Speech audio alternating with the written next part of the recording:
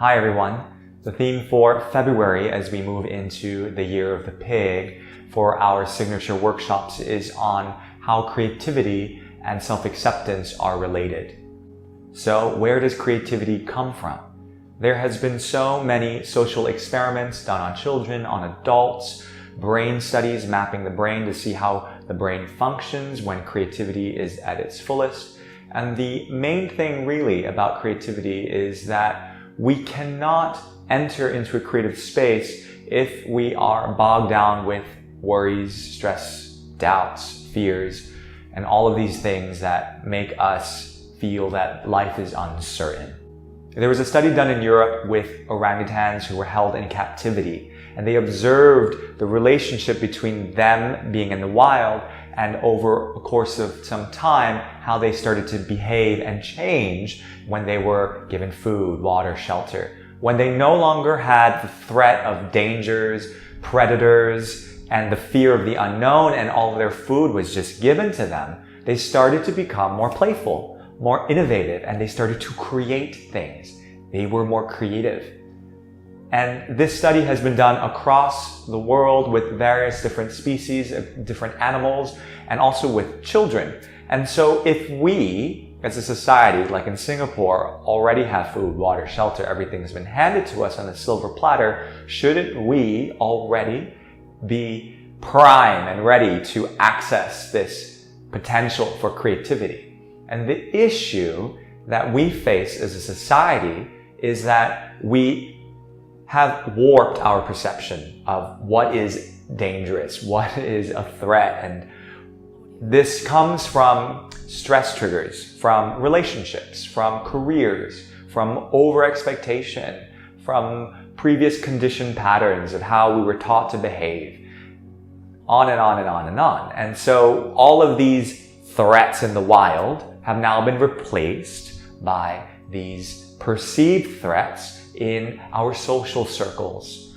the opinions of what our colleague thinks of us, or what our parents think of us, what our friends think of us, what our bosses think of us. All of a sudden, our threats have become stuck in the mind.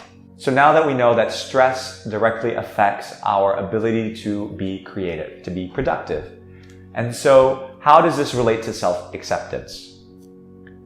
Self-acceptance is exactly that. It's about accepting those parts of ourselves, the good, the bad, the ugly. And oftentimes, we tend to sweep things under the rug, push things aside, procrastinate, because we don't want to deal with that particular issue, that particular relationship. And when we start to do this, we create unnecessary stress in the body, in the mind, in the heart. And so there's no way we can move forward because there's no room to. We have to clear things out.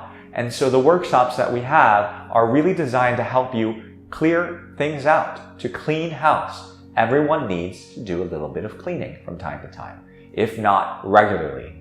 There were also studies done in India where they paid field workers and farmers for a year in advance, and they observed their behaviors during that year. They were more productive people. They were more creative, more open, more innovative in how they were farming and how they were doing their job, creating new solutions, because they did not have the pressures of having to fend for their livelihood. And when the fear of the unknown is taken from us, we're able to let go and to become more in alignment with ourselves. We're relaxed, basically.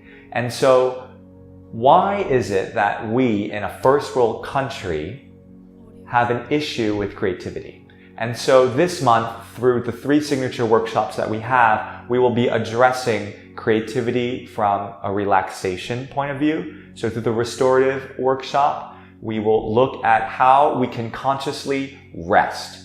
And if you can rest, you'll be more creative.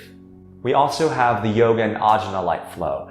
The yoga postures are designed to move our bodies in ways where energy can most efficiently travel from point A to point B. The ajna light part of the workshop is all about reprogramming the brain using light frequency technology from high LED lights, sound therapy, also inner visualization, and aromatherapy to bring us into a state of calm, to soften our sympathetic nervous system so that we can be in a place to receive information, new information, to be able to rest and to digest and not be on the go.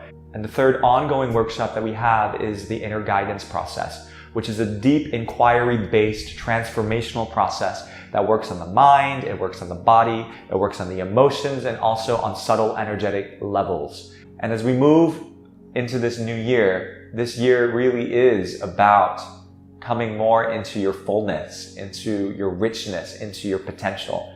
And so if you are looking to make deep shifts, this is the time. Thank you so much for listening and for watching, and I look forward to seeing you soon.